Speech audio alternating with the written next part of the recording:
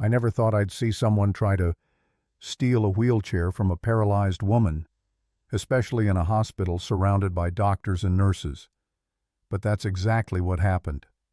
One minute my grandma was sitting peacefully after her checkup, and the next a woman in a hot pink blazer was grabbing her wheelchair handle, shouting that she needed it more.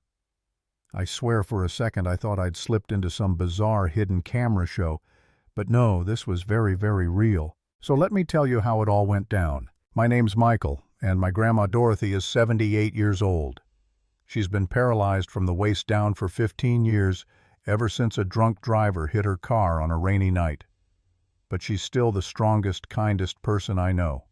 She cracks jokes, bakes cookies for the neighbors, and never complains, not even when her back pain gets bad. That day we were at Riverside Medical Center for one of her routine checkups. Everything went fine. She charmed every nurse on the floor like she always does. We were done, finally free to go home. I was pushing her down the main hallway toward the exit, my phone in one hand, glancing at the discharge papers. I stopped for maybe 30 seconds, just long enough to double-check a signature. That's when she appeared. A woman mid-50s, maybe tall tan, with platinum blonde hair teased up like she was auditioning for a reality show. She wore this blinding fuchsia blazer and enough gold jewelry to light up the whole corridor. She strutted past us, at first her heels clicking against the linoleum floor like gunfire.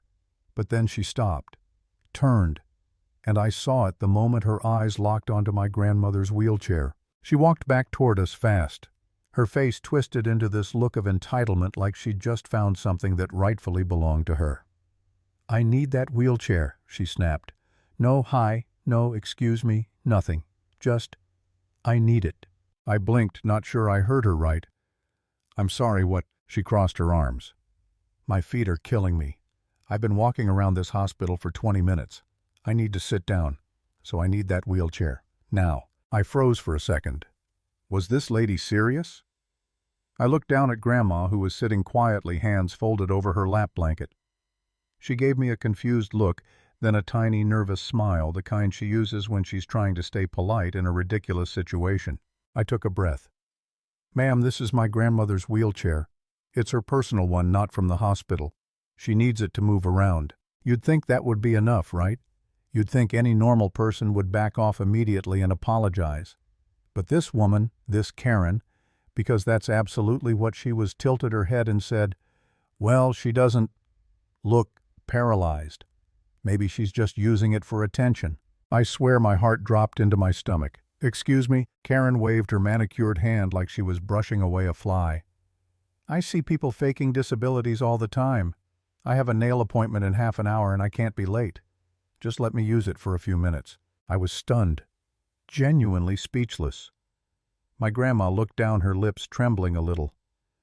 "It's okay, Michael," she whispered. "Always the peacemaker.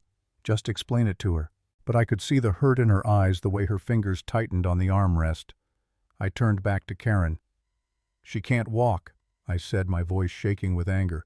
"She's been paralyzed for 15 years. This isn't just a hospital chair, it's hers."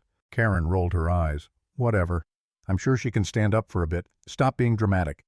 Then she actually reached forward and grabbed the wheelchair handles.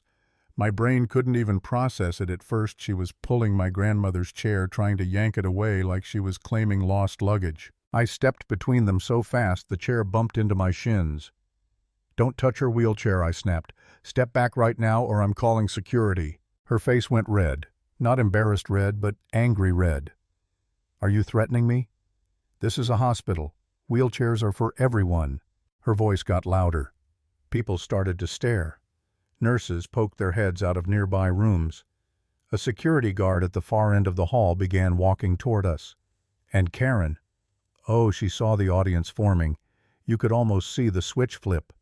She suddenly gasped, clutched her chest, and declared dramatically, "This man is being aggressive toward me. I just asked to borrow a wheelchair because my feet hurt and he's threatening me." I couldn't believe it. I literally laughed out of disbelief more than anything. But the rage bubbling up inside me was real. Before I could respond, my grandma reached for her phone and said calmly, "Would you like me to show you my MRI scans, dear?" Or the discharge papers from my spinal injury, Karen snorted. Oh, please. I don't need to see fake paperwork. I know your type, you just want sympathy. I clenched my fist so hard my knuckles cracked. I was seconds away from losing it completely when the security guard arrived. All right, he said, voice calm but firm. What seems to be the problem here? Karen immediately pointed at me. Officer, thank God these people are refusing to let me use their wheelchair. I'm in agony. I have a medical condition and they're discriminating against me. The guard, his name tag said. Officer Martinez. Glanced from her to me, then to my grandma. He didn't say anything for a few seconds. He was good at reading people, I could tell. I took a deep breath and explained, Sir, this is my grandmother's personal wheelchair. She's paralyzed. This woman tried to take it from her, literally grabbed it. He nodded once and turned to Karen. Ma'am, is this your personal chair or is it hospital property? Karen hesitated, eyes darting. That doesn't matter. Hospitals are supposed to help people in need, and I need it more than she does right now. That was it. Martinez's polite tone vanished. Ma'am, you cannot take another patient's personal medical equipment. If you need assistance, there are wheelchairs available at the front desk. But this one belongs to her.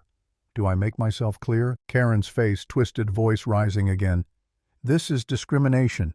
I'm being treated unfairly. I want to speak to your supervisor. I could feel my heart pounding in my ears.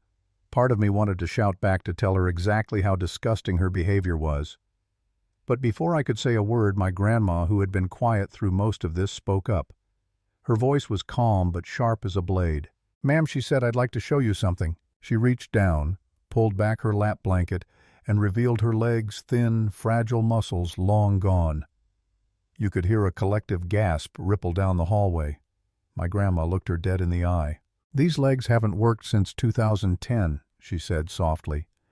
I go to therapy every week hoping for the tiniest bit of movement.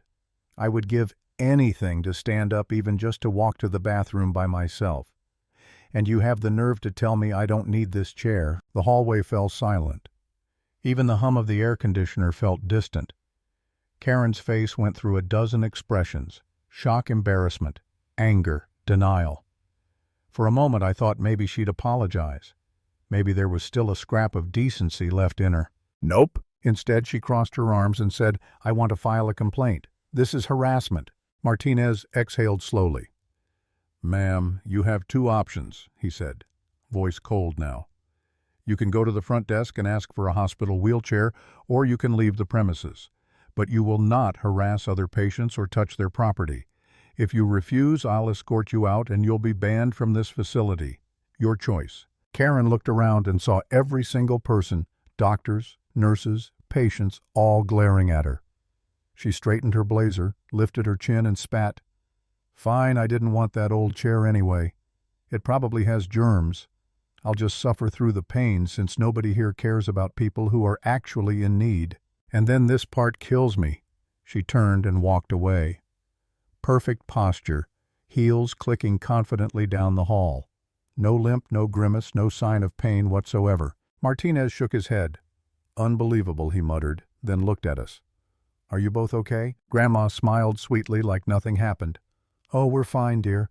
That poor woman just needs a lesson in empathy. A nurse who'd been watching nearby came over and said, I've worked here 12 years, and that was the most entitled behavior I've ever seen.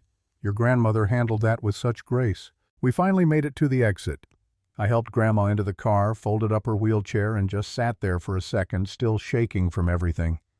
And then she looked at me and said something I'll never forget. Michael, some people go through life thinking the world owes them everything, she said quietly. They'll never understand what it's like to truly need help. That woman walks on healthy legs every day and wastes them chasing attention. Don't ever take your health for granted. I nodded, throat tight. I won't, Grandma, I promise. For a while I tried to forget the whole thing. But a couple of weeks later, guess who I saw in the hospital parking lot? Yep, her. Karen strutting across the asphalt in stiletto heels, carrying shopping bags, looking like she just came from another emergency spa day. She saw me before I even said anything. Her face went pale and she did a full 180 speed walking in the opposite direction. My grandma sitting beside me in the car just laughed. I hope she learned something, she said. Then after a pause, but probably not. Later we found out the hospital had actually banned her for 90 days.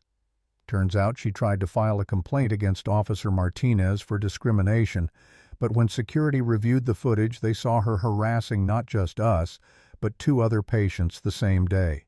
She was escorted out red-faced, screaming about injustice, while everyone else finally got a bit of peace. And honestly, I didn't even feel angry anymore. I just felt sad.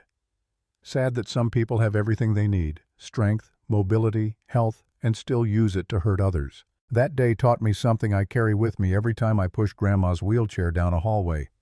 You can't control how entitled or cruel other people are, but you can choose not to become like them. Because working legs are a privilege, not a weapon.